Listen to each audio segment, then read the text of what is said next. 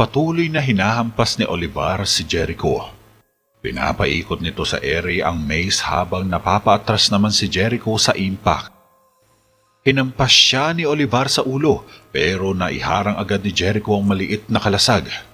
Subalit na itulak ng husto si Jericho dahil sa puwersa. Ah! Tumilapon si Jericho ng ilang distansya. Napahiyaw naman sa kabase na Valerie at Raya. Sumugod muli si Olivar.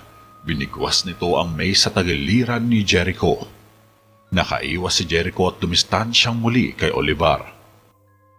Nag-isip siya ng paraan. Talagang ayaw siyang tantanan ni Olivar. Umikot ito at nagbitaw ng atake. Nagtapon din ng atake si Jericho at nagbanggaan ang mga maze nila. Naglikha ito ng maliit na flex sa ere. Plak! Krak! Umatras ang dalawa at dumistansya sa isa't isa. Umikot si Olivar at patalikod na tinira si Jericho. Nakayuko si Jericho at siya naman ang panakaw na sumundot. Naglakbay sa ulo ni Olivar ang maliit na bolang spike at muntik nang mahagip ang mukha ng hari. Napayuko ito pero hindi nito namalaya ng isang sidekick at sinalubong ang sipa ni Jericho. Kinain ng sikmura ni Olivar ang nakaboots na paa. Napayuko ito sa sakit.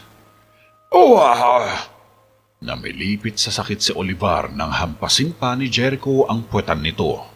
Napapalakpak ang mga manonood sa saya. Nakangiting tinignan ni Jericho si Valerie pero biglang umatake si Olivar at tinampas siya ng malakas sa mukha. Nablock ni Jericho ang atake.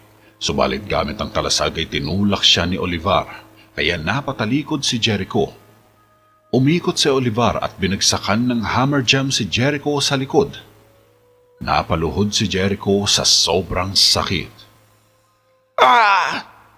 Daing ni Jericho. Napangiwi naman si Valerie na animoy siya pa ang nasaktan. Dahan-dahang natumba si Jericho at napatihaya sa lupa. Napatayo bigla si Haring Argo at walang magawa kundi panoorin lang ang anak. Hindi niya pwedeng ihinto ang laban dahil lalabag siya sa kasunduan at panuntunan ng kabalyero. Lumapit si Olivar kay Jericho. Pagapang napaatras ang prinsipe. Pinaikot-ikot ni Olivar ang sandata sa kamay at nakahanda ng tapusin si Jericho anumang oras gamit ang kanyang mace, subalit ganoon na lang ang pagkadismaya nito nang biglang tumunog ang malaking gong. Medyo napangiti si Jericho. Galit na napalingon si Olivar sa orasan at kita nito na ubos na ang buhangin sa loob. Nadismaya rin si Haring Eleanor sa nangyari. Akala niya ay matatapos na ni Olivar si Jericho. Nakahinga naman ng maluwag si Haring Argo. Mukhang maswerte pa rin ng anak niya. Pinanood niyang inaakay ito ng dalawang kawal papunta sa tent. Samantala, sinadya naman ni Michelle ang paghakbang patungo sa tent ni Jericho. Huminto ito para huminga ng malalim bago nilagpasan si Mang Rigor papunta sa loob. Nakarating ka na sa wakas. Narito ka ba upang batiin ako ng swerte? Kasi hindi ko na talaga kailangan eh. Mayabang na sabi ni Jericho habang nagbibihis ng damit. Hindi, Jericho. Hindi ako naparito para batiin ka. Mahinahong sagot ni Michelle. Pwes, sa totoo lang, medyo bastos yun pakinggan. Wika naman ni Jericho. Kung gayon, hayaan mo akong gumawa ng mga pagbabago. Isinandal ni Michelle si Jericho sa poste ng tent at hinalikan ito. Natahimik si Jericho. Hindi agad nakareact at ninamnam lang ang tamis ng halik ng dalaga. Inakbayan nila ang isa't isa habang sinasawsaw siya ni Jericho. Naghiwalay sila at napakunot noo si Jericho sa kanyang mga natuklasang pinsala. Biglang napabitaw si Michelle sa tukaan at tinawakan sa mukha si Jericho. Sandali lang siyang nataranta at napapikit naman ang prinsipe sa galit. Anong ginagawa ko? Habang inaalala ang lahat ng mga nangyari. Naglaban kayo hanggang kamatayan. Natalo ka. Paliwanag ni Michelle. Pero, sambit ni Jericho. Wala nang oras para magpaliwanag. Basta, mabuhay ka para sa akin, Jericho. Yan lang ang nais ko ngayon. Mahinang sabi ng dalaga. Narinig nilang tumunog ang mga trompeta. Hudyat na magsisimula na ang huling yugto ng labanan. Sinuot kaagad ni Jericho ang kanyang body armor habang tinutulungan ito ni Michelle. Sinalubong sila ni Javier sa labas. Pumunta si Jericho sa arena kasama si Javier at nakita nilang nakatalikod sa gitna si Olivar habang nakaharap sa buong madla. Napansin ni Jericho na umaakyat si Michelle sa stands. Javier, kung may mangyari man sa akin, bantayan mo si Michelle. Maaaring isipin ng mundo na siya ay isang utusan lamang. Dispensable, ngunit hindi siya dispensable sa akin. Ngumiti si Javier at inabot kay Jericho ang helmet niya. Mukhang bumalik na nga sa normal ang prinsipe at nasira na ang gayuma. Naglaban muli sina Jericho at Olivar at sa pamamagitan naman ito ng espada. Mararahas na inatake ni Olivar si Jericho at nagtapon ng mabibigat na mga taga. Walang magawa si Jericho kundi sumalaglang at umiwas. Biglang nagdikit ang mga sandata nila sa ere. Pinadausdos ni Olivar ang espada nito at naslice sa braso si Jericho. Napangiwi si Jericho sa sakit, ngunit nakita niya si Michelle at niluwa ang sakit na parang laway lang. Tumayo ng tuwid si Jericho. Naghagis ng diagonal slash si Olivar. Sinalag ito ni Jericho. Nagbitaw ng straight si Jericho ngunit na-block ito ni Olivar. Nagpatuloy sila sa pagbabagsakan ng sandata. Tumaga sa ulo si Jericho. Napayuko si Olivar. Umikot ito at ginamit ang braso para itulak si Jericho. Napabagsak sa lupa ni Olivar si Jericho. Lumapit si Olivar para magbitaw ng taga sa mukha ni Jericho. Pak! Gumulong si Jericho at tumikit ang espada ni Olivar sa lupa. Binunot ni Olivar ang espada at tinaga muli si Jericho. Pero sinipa ito sa bayag ni Jericho. Dinikit niya ang paa sa tiyan ni Olivar at binuhat ang malaking mama. Lumutang sa ere si Olivar. Napatayo si Haring Argo sa kaba ng hinagis ni Jericho si Olivar. Bumagsak si Olivar sa lupa. Tumayo agad si Jericho. Dinisarmahan niya ang hari. Tutok na tutok naman ang mga mata ni Eleanor at Otap kay Jericho. Mukhang matutupad na ang minimithi nila kapag napatay na ni Jericho si Olivar. Tumayo ng tuwid si Jericho sa nakatihayang si Olivar. Itinaas niya ang espada at nakahanda na sa paghampas. Subalit biglang ibinaba ni Jericho ang kanyang espada. Nagulat ang lahat sa ginawa niya at nagtaka. Natunaw naman ang mga ngiti ni Otap at Eleanor sa nangyayari. Hindi ito ang paraan para makamit ang kapayapaan. Inalok ni Jericho ang kamay kay Olivar para tulungan itong makatayo. Napatayo naman si Haring Argo at hindi makapaniwala. Samantalang nagkatinginan sina Eleanor at Otap sa nangyari. Nahiwagaan ang mga tao. Tumango si Jericho kay Michelle. Ngumiti ng matamis sa kanya ang dalaga.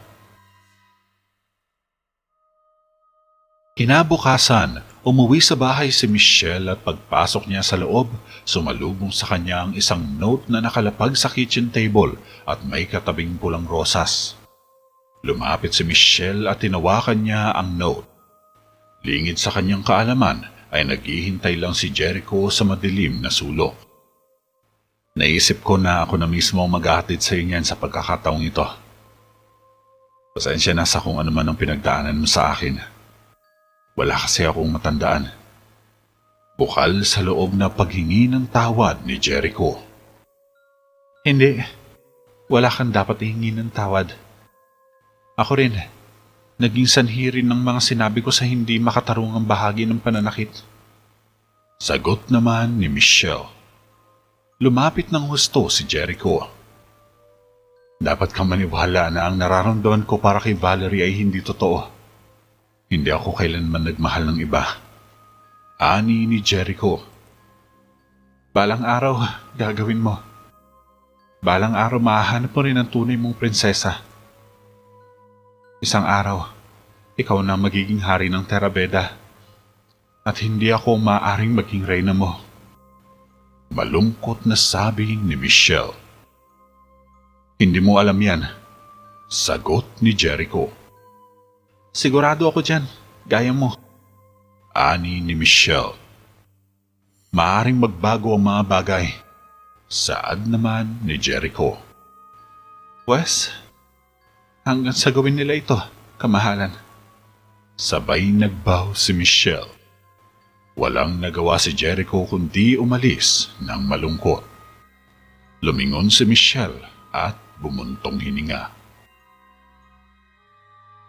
Naglalakad naman si Haring Argo sa courtyard corridor kasama si Haring Olivar.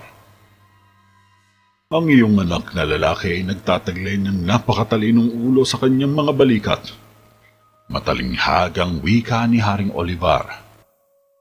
Oo. Nakangiting sagot ni Haring Argo. Duda ako na nakuha niya yan sa'yo.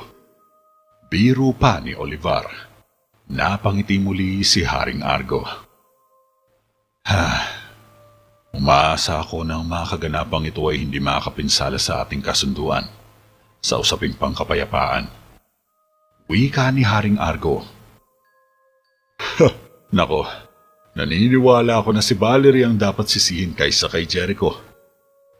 Tumingin sila sa square at nakitang nagpupuna si Valerie ng kanyang mga luha habang pababa ng hagdan ng palasyo kasama ang isa pang babae. Ilalayo ko siya sa tukso. Masyado pa siyang bata para makatagpo ng mga ganitong bagay. Sambit ni Olivar. At tutungo tayo sa kapayapaan. Dagdag pa ng hari. Lubos akong nalulugod na marinig yan.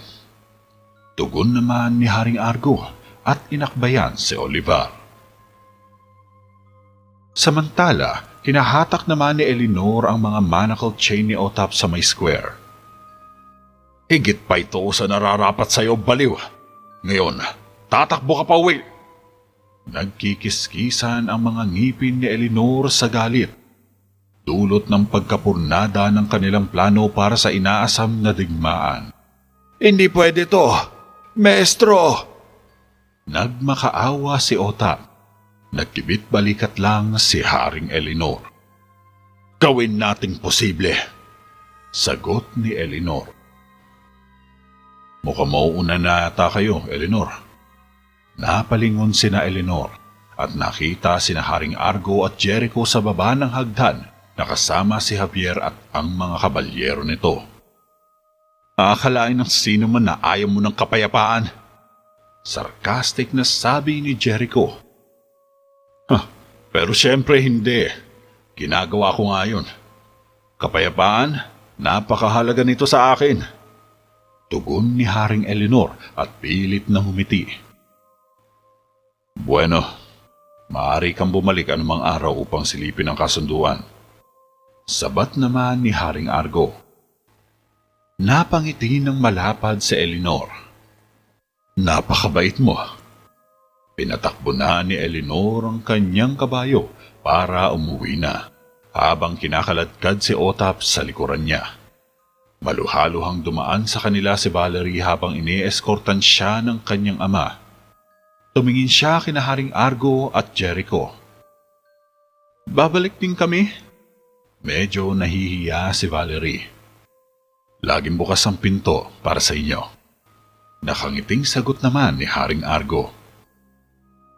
Mananatili ang puso ko at umaasa ako makapunta muli dito sa lalong madaling panahon. Wika ni Valerie. Tumangulang si Jericho at kumaway bago tumalikod para maglakad papasok kasama si Javier. Hindi pa ba masyadong mabilis? Tanong pa ni Jericho. Hindi. Maaari ka pang sumalungat sa iyong tunay na pag-ibig. Biro naman ni Javier. Ano ko, baliw?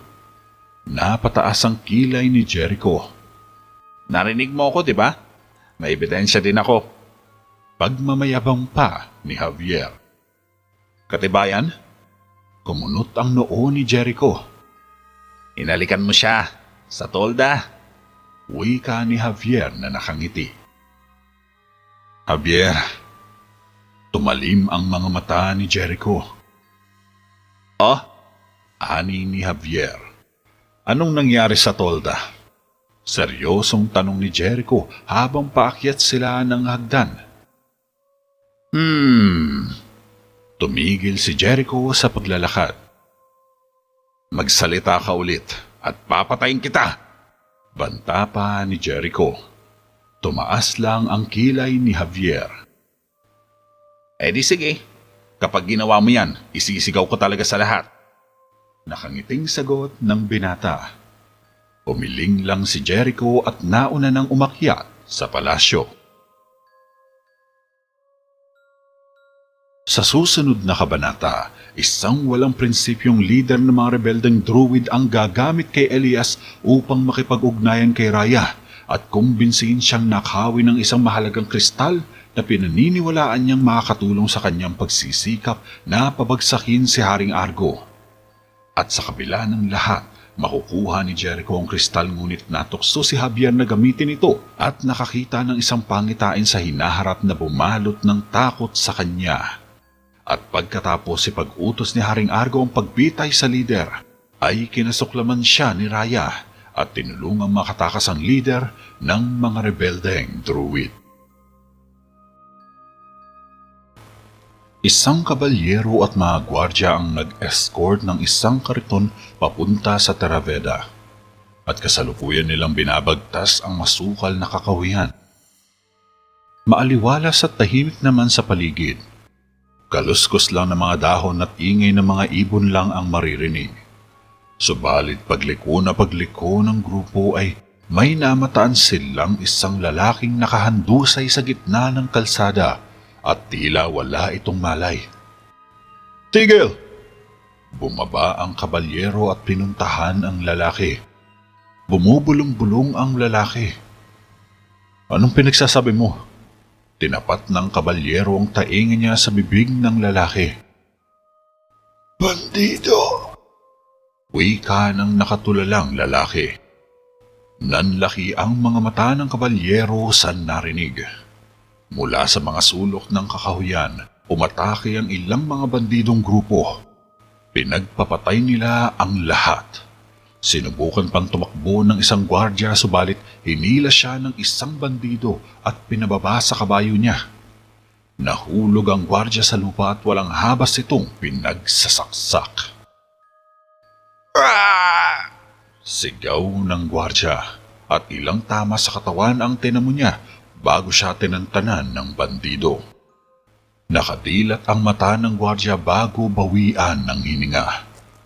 Napangiti lang ang bandido at nakangising iniwan lang ang biktima na para bang isang hayop na kinatay lang. Isang gwardya naman ang nakakita sa ginawa ng bandido at inatake niya ito. Subalit tumalo ng isang lalaki at inanhors ang gwardya. Nahulog silang dalawa at naglaban sa lupa. Binunot ng gwardya ang sandata niya at hinarap ang kalaban. Ngunit isang matangkad na lalaki ang biglang sumulpot sa likuran niya at walang awa siyang ginilitan sa leeg. Pinunas ng bandido sa damit ang punyal. Napahawak sa nakabukhang leeg ang gwardya at sinusubukang takpan ng sugat habang nanlilisik na nakatingin sa mga bandidong nasa harapan niya. Napaluhod ito. Unti-unting umikot ang mga mata hanggang sa nanlabo na ang kanyang paningin. Sinipa siya ng bandidong napadaan. at nabitiwan ng gwardya ang sugat sa leeg. Nadapa siya at bumulwak sa lupa ang masagana niyang dugo. Ilang segundo lang ay nawalan na ng hininga ang gwardya dahil sa kawalan ng hangin. Namatay itong nasa puso ang galit at puot sa mga bandido. Isang babae naman ang umakyat sa isang kabayo at tumalon papunta sa kariton. Nakatalikod sa kanya ang bantay ng kariton at hindi napansin ang pagpuslit niya. Lumapit siya dito at hinugot ang punyal sa tagiliran ng bantay. Mabilis niya itong hinawakan sa ulo at walang habas na kinilitan sa leeg. Tumalsik ang dugo ng bantay sa mukha ng babae. Dahan-dahan itong binaba ng babae at pinahiga sa kariton. Tumayo naman ang kabalyero para tingnan ang nangyayari. Nakatalikod siya at hindi niya namalayan ang pagtayo ng nakahundusay na lalaki at tinutukan siya ng espada sa likuran. Napataas ng kamay ang kabalyero at nabitawan niya ang sariling espada. Ngumisi lang ang lalaki. Lagi mong bantayan ang likod. Hindi ka ba nila tinuruan yan? Sinakal ng lalaki ang kabalyero. Pagkatapos ay umikot ang lalaki sa harap at tinutukan sa dibdib ang kabalyero. Hindi ka ba makikiusap para sa buhay mo? Tanong pa ng lalaki. Ang isang kabalyero ng Terabeda ay hindi namamalimos ng awa. Hinawakan siya sa batok at pinaluhod ng lalaki. Pagbigyan mo ko, kalmadong sabi ng lalaki. Mas gugustuhin ko pang mamatay. Sagot ng matapang na kabalyero. Sino ako para tanggihan ng isang tao para sa kanyang huling kailingan? Pinatay ng lalaki ang kawawang kabalyero. Tinarak niya ang espada sa dibdib ng kabalyero at napasigaw ng malakas ang tauhan ni Jericho. Binitawan siyang nakabukas ang dibdib habang sumasargo ang dugo niya sa lupa na nakadilat pa ang mga mata. Inabot ng babae sa lalaking pumatay sa kabalyero ang chainmail mula sa isang gwardya. Dapat na tayong pumunta kung gagawin natin ang plano sa Terabeda pagsapit ng gabi. Wika ng lalaki sa isang batang nakahood. Inalis ng bata ang kanyang hood at lumitaw ang mukha ng nakangiting si Elias.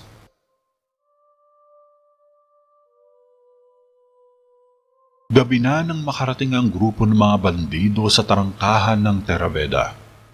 Nakapasok ang cart party sa lower town sa gate habang bumubuhos ang malakas na ulan. Nakasalubong nila ang dalawang gwardya sa may entrance ng main square. Pinatigil sila ng mga ito at tiningnan ng mga gwardya ang kariton. Umakyat sila at chinek ang tolda sa cart. Bumunot naman ng lalaki ng isang punyal kung sakaling magkaaberya. Sige, ayos na. Tuloy lang kayo. Senyas ng isang gwardya at bumaba ang mga ito sa cart. Tumangulang ang lalaki at nagpatuloy na sa pag-usad. Bumaba sila sa square at ang dalawang peking gwardya ay kumuha ng bariles mula sa kariton para dalhin ito sa loob. Dumiretso kayo sa pintuan sa hilaga. Tuloy-tuloy lang kayo. Wika ni Elias sa lalaking leader nila. Nagising naman si Javier mula sa telepathy ni Elias. Napabalikwas ito sa kama at sinusubukan niyang makinig. Ituloy niyo lang, magmadali! Sambit ni Elias habang nasa loob ng bariles. Dinala ng mga peking gwardya ang bariles sa loob ng kastilyo. Subalit may dalawang bantay ang nakapansin sa kanila at pinahinto sila ng mga ito. Tumigil kayo! Sigaw ng bantay. Huminto ang lalaking leader at hinarap ang dalawa. Umusal ng dasalang leader at tinutok ang kamay sa paparating na kalaban. Napasigaw ang mga bantay nang bumulga sa kanila ang isang bolang apoy. Nangisay ang dalawa habang nasusunog sa masikip na pasilyo. Namatay silang sunog ang mga katawan. Samantala, naglalakad naman si Javier sa rectangular corridors habang hinahanap ang grupo ni Elias. Ituloy niyo lang. Hindi na ito malayo ngayon. Ani ni Elias.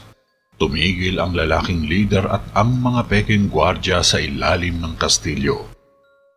Sinimulan niyang tanggalin ang pagbabalat kayo niya bilang kabalyero. Bumaling ito sa mga tauhan. Maghintay kayo sa kagubatan na ang pangalan ng lugar ay Brekba, sa tabi ng Borol sa Hilagang Tagaytay. Maotoridad na utos ng leader. Binuksan ng mga peking gwardya ang bariles at tinulungan si Elias na lumabas dito. Handa ka na ba? Tanong ng leader. Tumangulang si Elias. Tumakbo sina Elias at ang leader sa hagdanan papasok sa palasyo. Huminto naman si Javier upang makinig sa upper corridor at patuloy silang hinahabol. Mag-iingat tayo sa dulo ng koridor. Silid ni Raya ang susunod. Wika ni Elias.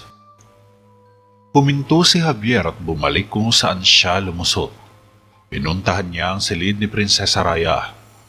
Nakarating naman kaagad sina Elias sa labas ng silid ni Raya. Umusal ng dasal ang leader at nabuksan niya ng spell ang nakalak na pinto. Naunang pumasok sa Elias at tinungo sa kama ang natutulog na si Raya. Raya. Pagpukaw ni Elias, nagising si Raya. Elias? Gulat ni Raya sabay napangiti. Biglang tumunog ang mga kampana ng babala. Naalarma ang mga nagpapatuloyang gwardya at nagmarcha sila ng isang grupo papunta sa koridor kasama si Jericho. Anong ibig niyo sabihin na wala sila sa paningin ninyo? Hindi niyo dapat sila hinayaang makapasok. Maaari silang maging panganib. Paninermo ni Jericho sa mga gwardya. Umakbang ang isang lalaki at lumitaw bigla sa kanto. Hinawakan siya ni Jericho sa lalamunan at itinulak sa pader.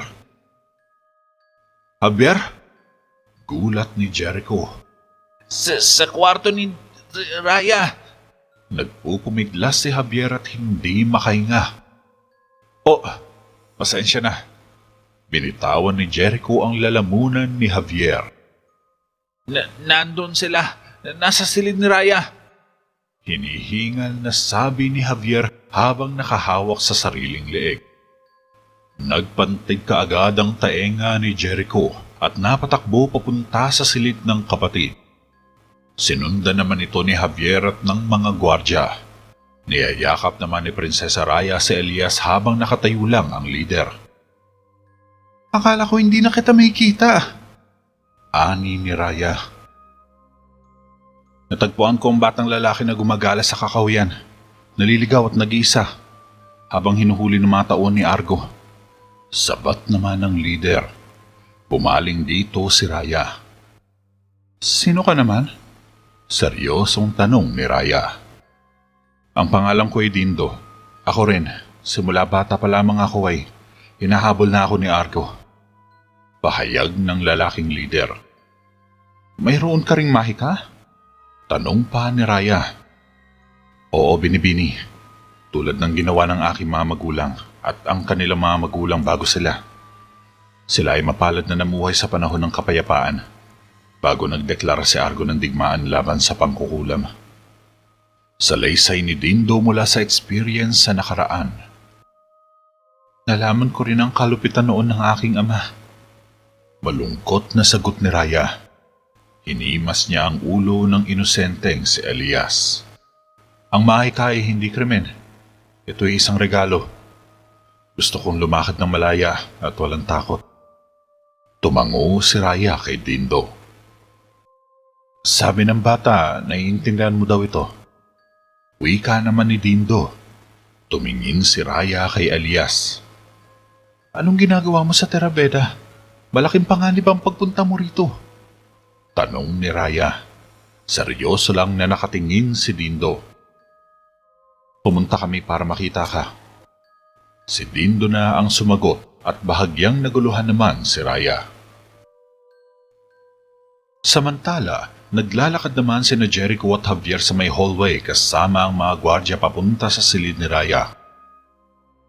Sigurado ka ba rito? Paniniguro ni Jericho. Siguradong sigurado. Nakita ko sila ng sarili kong mga mata. Panggagarantiya ni Javier. Anong ginagawa nila dito? Tanong pa ni Jericho. Halatang hindi ito kumbinsido. May narinig ako mga boses sa silid at naisip kong dapat ako mag-imbestiga. Katwiran naman ni Javier. Sa totoo lang, Javier, mahirap talagang paniwalaan ang sinasabi mo eh. Sagot ni Jericho. Napahinto sa pagsasalita si Javier.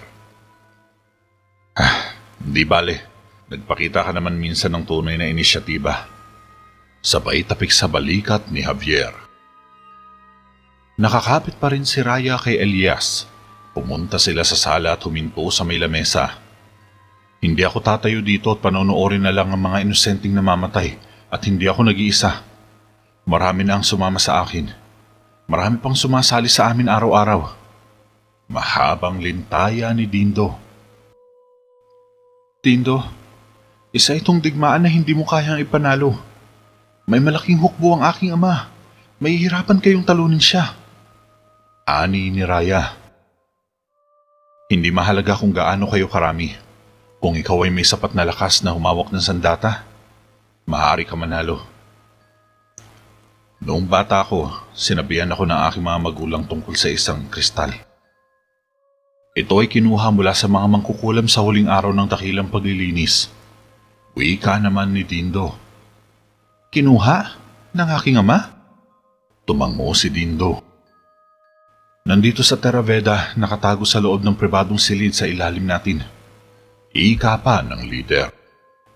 Ang mga pribadong silid ay hindi basta-basta magugupo. Hindi mo ito'y may ilalabas. Sagot naman ni Raya, pero umiling si Dindo. Hindi ko nga kaya. Pero ikaw, kaya mo. Tugon ni Dindo, na ikinataka naman ni Raya. Ako? Nagkatinginan sila ni Elias. Ikaw ang anak ng hari. Walang maghihinala sa'yo. Raya, ikaw lang ang pag-asa namin.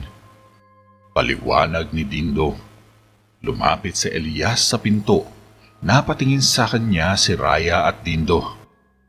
Samantala, nakarating naman sina Jericho at ng mga gwardya sa labas ng silid ni Raya. Dinikit ni Javier at Jericho ang mga tainga sa pintuan at pinapakinggan ng ingay sa loob. Biglang hinila ni Jericho si Javier at sinipa ng malakas ang pinto. Bumangon si Raya sa kama. Ano sa tingin mong ginagawa mo? Galit na tanong ni Raya. Tumingin sa paligid si Jericho. Gusto kong tingnan kung may nakapasok ba dito. Sagot ni Jericho. Sa ngayon, Jericho, ikaw lang ang nakikita kong naghihimasok dito. Sambit ni Raya. Nasa mataas na alarma ngayon ng Theraveda. Hindi mo ba narinig ang kampana ng babala? Tanong naman ni Jericho. Siyempre narinig ko at inaasahan kong ligtas ako sa aking silid. Tugon ni Raya. Pinakiramdaman ni Javier ang paligid, subalit hindi niya matagpuan ang presensya ng mga ito. Nagtataka tuloy siya dahil bigla na lang sila naglaho na parang bula. Pwes, kung papayagan mo lang ako maghanap sa kwarto mo. Napatigil sa pagsasalita si Jericho nang sumabat si Raya. Wala kang gagawin ganyan, Jericho! Sa tingin mo ba kung may tao sa kwarto ko ay hindi ko malalaman ang tungkol dito? Sarcastic na sabi ng prinsesa. Natahimik saglit si Jericho at hindi agad nakareact. Mangyaring tanggapin mo sana ang paghingi ko ng tawad. Huwag mo na itong sasabihin kay ama. Wika ni Jericho at hinila palabas si Javier.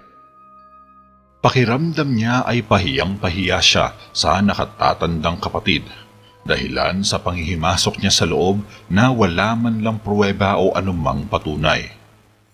Sinara ni Jericho ang pinto at humarap sa tulalang si Javier. Hindi ko maintindihan. Pagtataka ni Javier. Oh, pasensya na Javier. Aling bagay ang hindi mo naintindihan? Ang pagmukain akong tanga o ang paggawa ng tanga sa iyong sarili? Sarcastic na sabi ni Jericho. May tao dito. Alam kong meron. Ani ni Javier. Isang payo lang, Javier. Sa susunod, manatili ka sa kung ano ang iyong pinakamahusay na magagawa. Pero wala! Galit na iniwan ni Jericho si Javier at bumalik na sa sariling silid. Lumapit si Javier sa pintuan at nakinig muli sa loob ng silid. Ngunit lingid sa kanyang kaalaman, nakikinig din sa kanya si Elias sa kabilang panig. Umalis si Javier at bumaba naman si Raya sa kama. Lumutang si Dindo mula sa sulok. Lumapit sa kanila si Elias. Utang namin sa iyo ang aming buhay, prinsesa. Wika ni Dindo. Ligtas kayo sa ngayon. Ngunit hindi matatahimik ang aking ama hanggat hindi niya nahahanap at napapatay kayong dalawa. May bahid ng pag-aalala si Raya. Tutulungan mo kami kung gayon? Ani ni Dindo. Pakiusap, Raya. Kailangan ka namin. Segunda naman ni Elias. Oo, tutulungan ko kayo. Siyempre gagawin ko. Sagot ni Raya at hindi malaman kung matatakot ba siya o matutuwa. Mahirap na desisyon ang ginawa niya dahil alam niyang napakadelikado ng kanyang gagawin. Hindi pa rin niya malilimutan na nangyari sa nakaraan noong huling tinulungan niya si Elias na makalabas sa Terraveda. Buhay niya ang nalagay sa alanganin, kaya ngayon ay medyo alanganin din siya sa sitwasyon nila. Kilala niya ang ama at hindi ito titigil hanggat walang nauhuli sa mga manloloob. Lumabas si Javier sa kanyang silid habang hawak ang kanyang ulo. Gabi ka na nakauwi ah. Takaan ni Mang Rigor. Siyempre, masasabi mo yan. Sagot ni Javier habang pupungas-pungas. Halatang puyat ito at di masyadong nakatulog sa nangyari kagabi. Balita ko, may kaguluhan raw kagabi. Isang nangihimasok sa lungsod. Wika ng matanda. Oo, narinig ko nag-uusap sila sa ulo ko. Sabay upo ni Javier sa silya sa tabi ng mesa. Mga salamangkero sila. Tumango si Javier. At nakilala ko ang boses. Si Elias yun. Paniniguro pa ni Javier. Yung batang druid? Anong ginagawa niya dito? Pagkagulat ni Mang Rigor at tumayo sa harap ng lamesa. May ginagabayan siya papunta sa silid ni Raya. Lintaya ni Javier. Napaisip ang tiyuhin. Sigurado ka ba? Siya at ang batang lalaki ay may isang grupo. Seryosong tanong ni Mang Rigor at bumalik sa ginagawa sa lamesa. Oo, ngunit ito'y higit pa rito. Tugon ni Javier. Anong ibig mo sabihin? Napatigil sa pagbayo ng halaman si Mang Rigor. Paano kung nahuli sila? Ano man ang kanilang ginagawa ay handa silang mamatay para dito. Teorya ni Javier. Nabahala si Mang Rigor at pilit na inaalam sa isipan ang layunin ng pagpasok ni na Elias sa Terraveda. Ilang oras ang makalipas, magtatanghaling tapat na at dahan-dahang pumasok si Raya sa silid ng kapatid. Kinuha niya ang isang set ng susi kay Jericho sa aparador. Subalit paglingon niya ay biglang bumulaga sa harapan niya si Javier. Javier! Gulat ni Raya. Seryoso lang na nakatitig sa kanya si Javier. Hinahanap ko kasi si Jericho. Palusot pa ni Raya. Nasa labas siya nagsasanay. Wika ni Javier. Ngumiti si Raya at umikot ang mga mata niya. Siyempre. Palabas na sana siya pero hinarang siya ni Javier. Nagsasanay siya araw-araw sa parehong oras, parehong lugar. Dagdag pa ni Javier. Gusto ko lang humingi ng tawad kagabi. Marahil pinagalitan ka na naman ni Jericho. Nahihiyang sabi ni Raya at lumabas na siya sa silid. Sinundan lang siya ng tingin ni Javier at napaisip sa gagawin ni Raya.